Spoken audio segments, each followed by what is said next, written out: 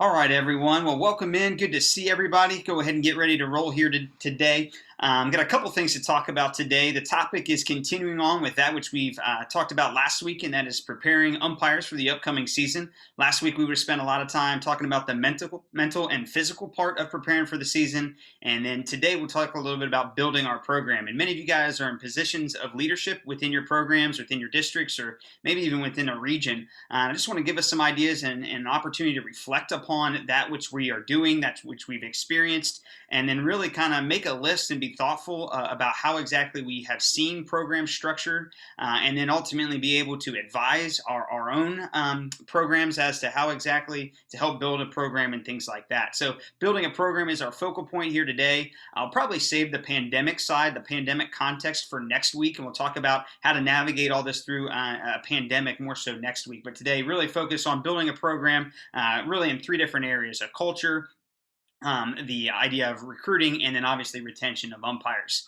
Before we go ahead and get into things, I do have a couple announcements here just to make sure everybody is aware of some things that are upcoming to us. First of all, and Tom, you can speak to this a little bit here as well, but be on the lookout for in your umpire registry portal. We'll have, and Tom's getting ready to roll out with the help of the West and many other umpires in positions of leadership throughout different regions, are all going to be ready to go ahead and deliver a pretty comprehensive rules webinar series over each rule, and that's going to be done throughout February and early March. And Tom, I'll give you a second here to go ahead and talk a little bit about that one. Thanks, Stu. Hello, everyone. I hope everyone's health is holding up. Yes, beginning in February, we're going to launch a series of webinars covering the rule book, and the decision was made by headquarters to open those webinars up. So hopefully we will also have some coaches, maybe some DAs and league officials to school them a little bit on the rules. The webinars will function like any of the others you may have seen. You'll be able to ask questions for clarification. We will record them all and archive them in the registry, and they'll be available to you as potential teaching tools in the future or just for your own review. That's it, Stu. All right, cool. So be on the lookout for those, and especially for those of you guys that were really asking about some rules-specific stuff. I think that's going to be a huge help in preparing yourselves and others for the upcoming season. So I'm excited to take a look at those throughout February and then early March. The other thing that I also dropped, I think it was in the Little League Umpires group, and I also then just copied the post on into the Central Region Facebook group, and that is that the Strike 3 podcast is getting ready to have a series of podcasts next week beginning January 21st all the way through the 24th. And that podcast will focus on exactly what we talked about last week, the mental and physical preparations that we'll make. They've got a College World Series physician that'll be in to talk about navigating it through a pandemic and what exactly that looks like with health protocols and some suggestions there. They've got a psychologist that's coming in to not only talk about like the psychology of officiating, but that's also true like on and off the field and what exactly that does. So a lot of good information there for us, and the whole idea of pressure, anxiety, and developing your points of focus for improvements and things like that. And then the last individual that they'll have on, we actually spoke about and presented a lot of her ideas, Danny Proenza from Anything Is Possible Fitness out in Las Vegas, Nevada. She'll be on to talk about the physical preparations and probably once again break down a little bit more about the strength, conditioning, agility, and nutrition plans that umpires should follow too. I'll link that eventually either in the chat, and for those of you guys that'll catch it on replay, I'll link it in the description as well, so that you guys have a link to the podcast and also a link to the sign up. But you'll have to sign up for that webinar with the Strike 3 podcast, and a really good deeper dive into a lot of the concepts that we would have talked about then last week on preparing mentally and physically for the season. The last thing that I'll go ahead and talk about before we go ahead and launch into the conversation here today is just to reset back to what we talked a little bit about last week, the mental and physical preparations. Remember, mentally, I kind of challenged you guys towards the end of it to think a little bit about what specifically you wanted to improve upon here in 2021. And that's something specific on the field. It can also be something specific to umpiring that you have to do off the field. But think about 2 or 3 things here and kind of chew on that over the next week or so. We'll probably start to share out those ideas as well. What exactly do you want to improve upon in the 2021 season? Like I said, my last few years I've focused on proper use of eyes to give me proper timing. This year my focal point then will likely be on continuing to grow in the wedge, particularly with quiet steps and getting better at anticipating and making that a little bit more natural. But for you, think about what exactly those mean. Make a list, write them down, share them with somebody, and that way you can go ahead and hit 2021 with a point of focus and a point of intensity to make some improvements in your game on the field and even potentially off the field. Lastly, then the physical part of things too. I'm in week 2 of my program, and I've still not yet missed a day, which is great news on strength and fitness and nutrition and things like that. So I'd continue to make sure that you write down an action plan, whether it be for your mental goals or your physical goals, and then even find somebody else. Share those ideas with somebody. Find a buddy so that you have a system of accountability brought into that one too. So just kind of circle back to those things and still make that a highlight here, especially in January where it's super cold. We can obviously then spend some time getting ready physically and mentally for the season and be just as excited about those things as hopefully we will be later on in the spring. Now, today's conversation then is turning the page towards building a program. And as I mentioned, for the most part, we'll focus on 3 major areas: the culture of an umpire program, and then ultimately recruiting and retaining. And for many of us in positions of leadership or potentially coming out of or going into these positions, I think you'll find a thing or two here worthwhile for you to go ahead and use, not only in umpire programs, but potentially in other areas of your life as well. So I'm excited to go ahead and dig into those topics here today. Now, what I would really like to do for the most part today is engage in some collaborative conversations. So throughout the day here today, we'll have some time then to speak with one another and kind of dig into what we've all experienced. And we'll start with what I'm going to start to label as the pregame conference, if you will, where I split you guys up into breakout rooms and you guys go ahead and share some ideas with each other there. So I'm going to get ready to go ahead and put you into breakout rooms. And just like we did, there are 2 questions that I want you to go ahead and discuss in your breakout rooms. The first of which is just to kind of obviously introduce yourself. But the first question I'd like you to go ahead and discuss is how or why did you get involved in umpiring? So how or why did you get involved in umpiring? Try and make that like because I think some of us could probably talk for 10 minutes a piece on that one. Try and make that a concise version, but reflect upon that here because we want to take that information, that context, and then start to consider that when we talk about building an umpire program. So question number 1, how and why did you go ahead and get involved in umpiring? And then secondly, what's made you stay involved? So how did you get involved? What's made you stay involved in umpiring as well? And again, as we talk about recruiting, building a program, and retaining, I think our own personal experiences, whether they be with umpiring or anything else, those 2 questions, why did I get involved, why did I stay involved, are 2 that we can obviously circle back to and be mindful of as we design and advise on program development here. The last thing then to go ahead and point out before I put you into breakout rooms here is to have somebody that's going to kind of like record answers or at least kind of make some notations of some things, because when we come back, I'll ask each group to kind of share out some of those ideas as well. So 2 questions to go ahead and debate and at least discuss. And remember, try and keep those at least to a minimum here. Probably give you about 5 or 6 minutes here to go ahead and start on that one. I'll give you a 1-minute warning, and then we'll come back here to talk about all those things. So again, 2 questions. How and why did you get involved in umpiring? And secondly, what made you stay involved here? So I'll get ready to go ahead and put us into those groups here now, and then we'll come back out and talk about those things here in just a second. So let me go ahead and get these breakout rooms organized here. So we're going to assign automatically. Let's say here that we're going to go with 6. All right. All right, so I'm going to go ahead and throw you guys into those breakout rooms now. I'll give you about 5 minutes or so. Again, 2 questions. How did you get involved in umpiring, or why did you get involved in umpiring? And secondly, why exactly did you stay involved? Then we'll meet back together here in about 5 minutes or so. Opening up all those rooms now, so you guys will probably be asked to be invited, and you guys can go ahead and get started. I'll pop in, and then just make sure that you've got a recorder.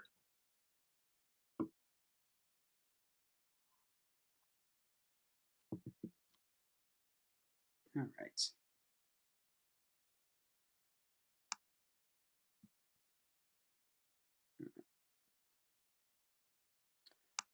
Okay, well, as guys are getting populated into those rooms, the reason why I want to do this for those of us that are catching this on replay is obviously to, number 1, revisit our experiences and what makes us passionate about umpiring, to make that the forefront of a lot of the things then that we are trying to design in an umpire program. So I want to be mindful of those things, give people an opportunity to reflect upon those, and then share out those ideas once we come back together in the conversation of, what exactly do we want to do and use when we build those umpire programs. So I'm going to go ahead and pop into a couple of these different rooms, ask some people to go ahead and share out and give us an idea here of what exactly then they have experienced and why exactly they umpire and why exactly they have stayed involved. So we'll go ahead and jump into some of these meetings here now.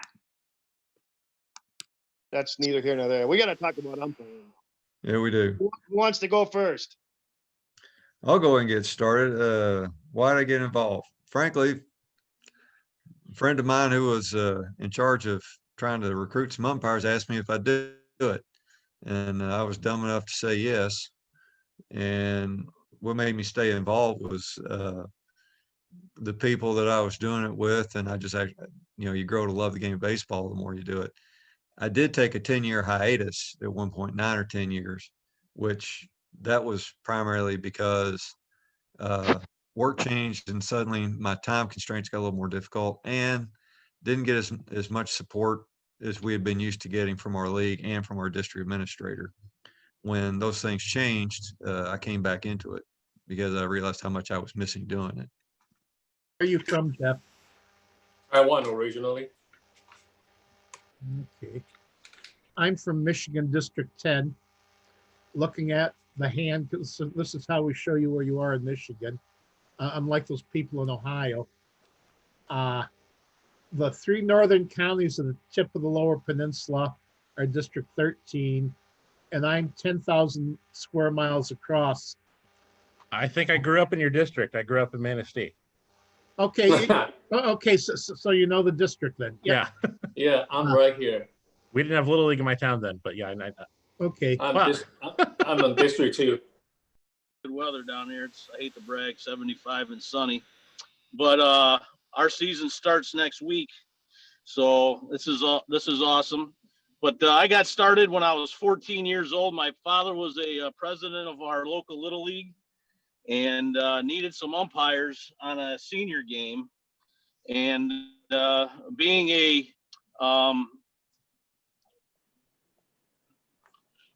can you guys still hear me? Yep. All right. So being a president, he needed somebody. My brother and I had been watching baseball on TV, emulating the umpires forever, and he just kind of threw us back there with a balloon and some shin guards and indicator and a mask. And my brother and I, we got the bug. So we've always stayed in Little League ever since I was 14. So it's over 40 years of umpiring. And the reason I love to do it is it's just like to stay in the game. The baseball's in your heart, and that's the reason why you love it and continue to do it. What Little League stood for and just about the culture of Little League as a whole. So I haven't accepted pay and very, very quickly on in the career. So it's very much a sense of me to give back. The true volunteer aspect. It's something I find a lot of joy and a lot of pride in is being a volunteer at all times.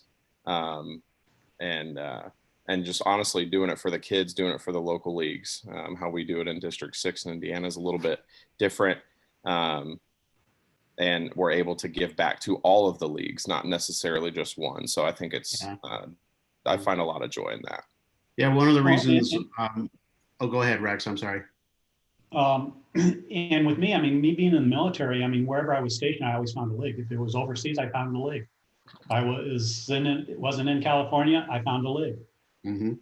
And I always stepped up to the plate and said, hey, let me work a couple games. I may be only in port a week or two, but there I am. Yeah. Well, and you're inside. It's wintertime. You're inside. You're the weather's not a factor. That's nice. Couldn't be cooler. Stu, hey, bud. Hey, how are you guys? How's your conversation been? Good. Good. As you can see, going. Going well. Good. What Jeff, did you just say that Jeff, did you just say that you do swimming? I do. How's that work? I'm going to say on the scale of how easy it is to officiate a sport, it's probably one of the easiest. almost, I'd say 95% administrative.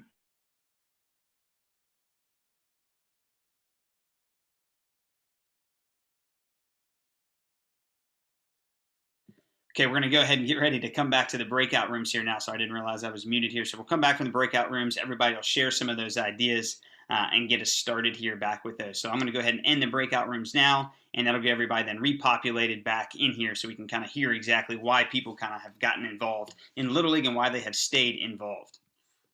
So about a minute here for people to go ahead and come back in from the breakout rooms.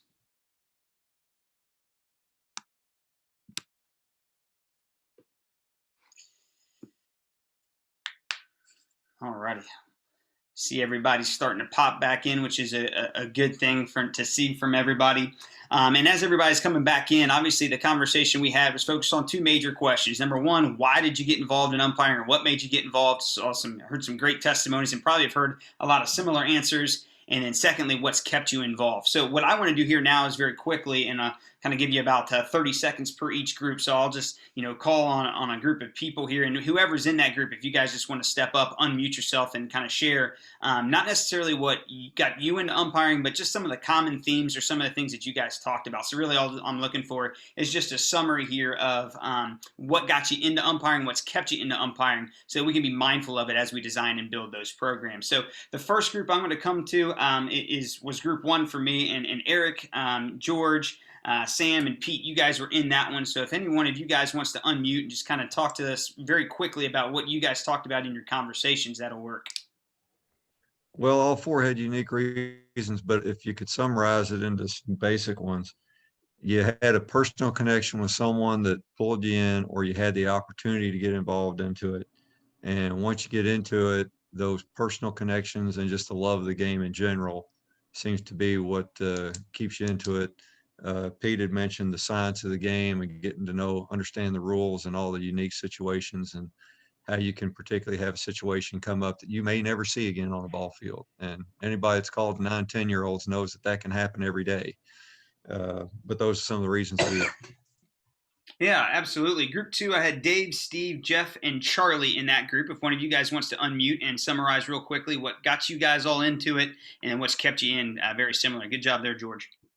We had, people had to do some community service for non-criminal activities, not naughty boys. A couple of child was playing. In my case, it was because of my girlfriend was playing, and this ages me, back when Little League first started softball, way back when. And I showed up at a game and I got hooked into umpiring. And I had an older guy take me under his wing. And his kid was done playing. He just wanted to stay involved.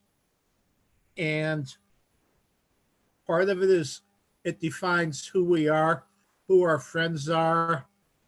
And what's kind of funny with Steve is I can go on a webinar, something like this. And even though he's in Virginia over by Dulles Air Force Base, he's originally from my district. Oh, wow. Cool. And that's some of the cool things you get when you come on to these things or meet. You're surprised how much you find out that you don't know about other people, or the things in common. Yeah, those relationships definitely keep us involved here. Group number three, Be Wild, you, Gerard, Mike, and Tom were on in that group. So if any one of you guys wants to unmute and share what you guys talked about real briefly, I'd appreciate it. Great. Well, thanks for doing this. And I'm the scribe for group number three. And George hit it, the how did you get involved? I think he hit it right in the head. The personal aspect of the game. Tom said his kids got him involved. Brian said his father was a league president. So that personal aspect. And the second part, why do you stay involved? And there were a couple things that came out of that, but I think the fundamental thing for those who stay involved and want to give back to the program is an understanding that being an umpire or being an official or being committed to a program isn't for everybody. So for those who get the bug and stay in that vein, there's a good road ahead. So those are the two things. Thank you. Thanks, Gerard. Group 4 here, DJ, Rex, Tony, and if any one of you guys from that group wants to go ahead and share out too, I'd appreciate it. Yeah, so from our group, Rex and DJ, their fathers were umpires and got them involved. Me, it was my son, so it was that family, and LJ was with us as well. And LJ's, if I remember correctly, he got involved because he saw the umpiring and there was a lot of abuse going on and calls wrong, and he's like, I got to get in here, and he helped jump into that. But I would say to the T, all of us, the reason why we stay in is for two things. One, it's to give back to the community, and two, for the love of the game. Mm-hmm. Absolutely. Those are good points. Thanks, Tony. Group 5, Dale, Jeff, Mitch, and Noah. What you guys talk a little bit about? So for Dale had said that he had retired a couple years ago, was looking for something to do, and he had started out officiating basketball, and he wanted something to keep him busy for the summer. So he ended up going into baseball and getting into Little League. Dale, I think you said that this upcoming summer will be your second year, correct? Yeah, this will be my second formal year. Hell of a year to start out. 30 years ago, I was umpiring games that weren't really official Little League games and things like that. But this will be the second official year. So, well, you chose a great year to start out with, that being the year of the pandemic. So, I know you made that choice all by yourself. No, I'm just kidding. And then I think we had Jeff as well. And Jeff had said, actually, and this is something that I wasn't familiar with, but Jeff had said that he had gotten into umpiring because it was actually an obligation of his, because he was coaching a 12U team. And he had said that actually it was a mandate that if you were a coach, you also had to umpire within your local Little League program. Within my local Little League program that I umpire in, it's actually the same one I also played in. We've never done that. So I didn't know if that was kind of a Little League thing in other programs, but I definitely found that interesting. So I'm going to look more into that. Yeah. Well, cool. That's good stuff. Group 6, Chris, Rob, and Tom, what you guys talk a little bit about?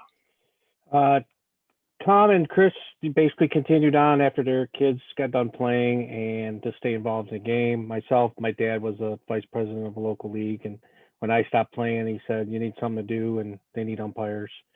And I think for all of us, staying involved in the game and the relationships you build and working with different groups and meeting different people from different backgrounds is always fun.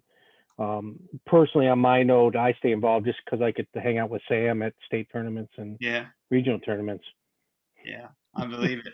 Well, guys, I think you all hit a lot of common themes there about how to get involved, and then really what's kept you involved has been your relationships. And I think that's probably been a staple and ultimately a testament in all my experiences in Little League. But what I would like to at least make sure that we're aware of here, and I took notes, and I think I've asked a couple other people to take notes too, is I'm going to put all that stuff in a document and then share it eventually too. But those reasons why people get involved and stay involved.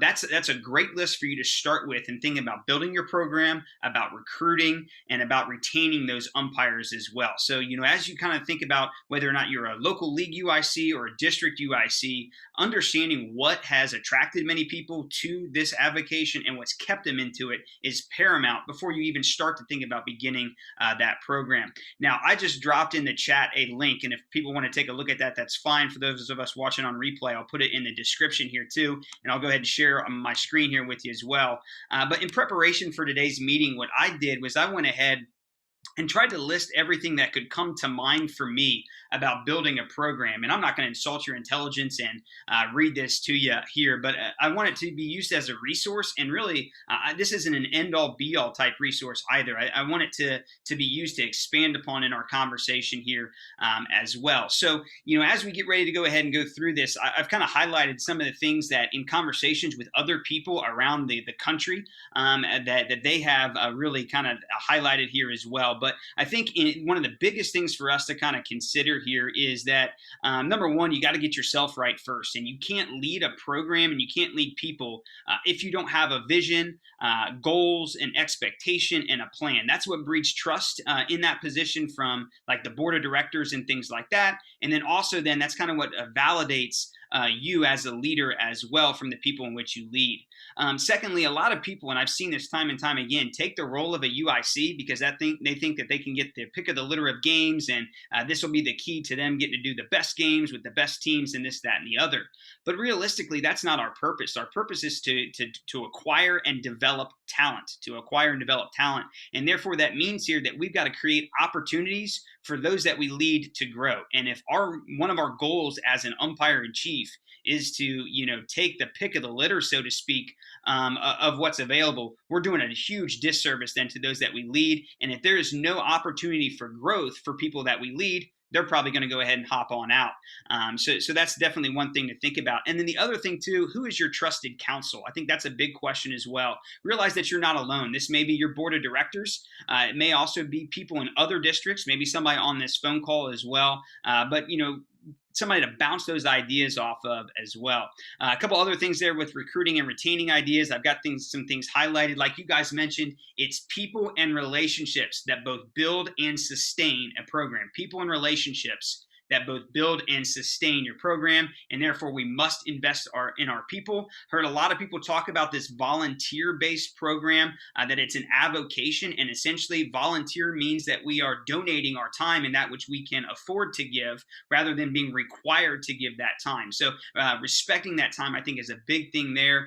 Being respectful of other people's time by being proactive in communication, advanced scheduling as much as possible, and just keeping people in the loop. People appreciate that one as well. Another major thing for a lot of successful programs has been creating a meritocracy specifically for advancement. As I mentioned here, people don't want to stay in an organization to where there is limited growth. And at the same time, that growth and that promotion has to be merit-based, and evaluation is essentially what we're talking about. So those metrics, those analytics that we maybe use that can discuss how people know where they stand, I think is a big piece of it. So go ahead and think about those things as well. How do people know where they stand? That's through evaluation. And that evaluation can't just be done on a piece of paper and submitted to somebody.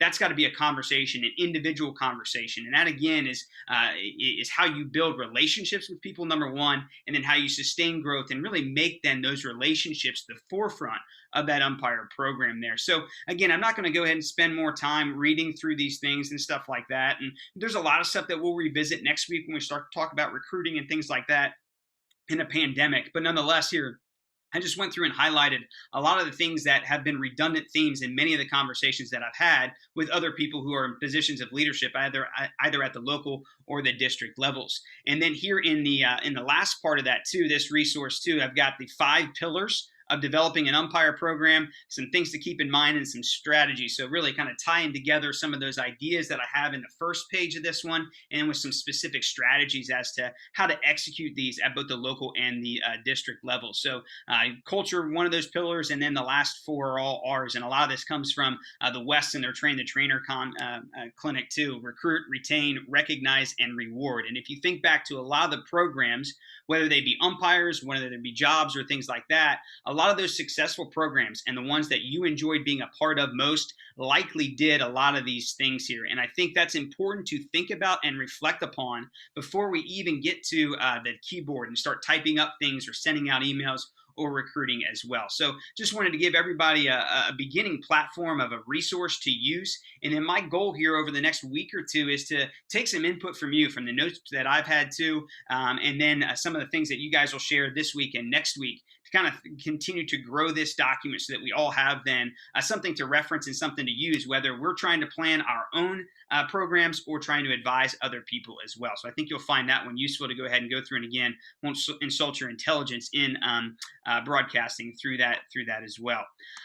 Now, like I said here, I think what's important for us to realize here, and one thing that I want you to think about as we head into next week is this question. And DJ, I'm going to put you on the spot here in just a second to answer this question, then we'll go ahead and wrap things up here. But what I want you to think about, and what we'll start our conversation with next week here, is specific then to, what's one thing or two things, one or two things that you've experienced in an umpire program that you think all programs should be doing. So in thinking for next week, or just thinking in general, what's one thing that a successful program has done that you've appreciated that you think all programs should do? And what I want to do is make a list of those. So you can either email them to me if you wanted to. You can hold off until next week and drop them into the chat if you wanted to as well. But I'm really interested in building and increasing that list as to, one thing that everybody was a part of that they think another program should be doing too. And I think for those of us in positions of leadership, we'll find that list very valuable as we continue to evolve, build, and structure our program and make changes. So think about that question for next week. Either drop them in the chat next week, or you can drop them obviously in an email to me. But what's one thing that your umpire program is doing that you think all umpire programs should do? DJ, I told him that I would put him on the spot, and I'll ask him this question, and just to kind of get us some food for thought moving into answering that question independently. But DJ was an umpire of mine, both at the local level when I was a local UIC and then a district UIC, and then he's still in the region here. So he's kind of gotten to see my growth throughout the course of time. And DJ, just from your perspective, what is one or a few things that you appreciated most about the program that has really kind of kept you involved in things like that? So DJ, I'll let you answer that question.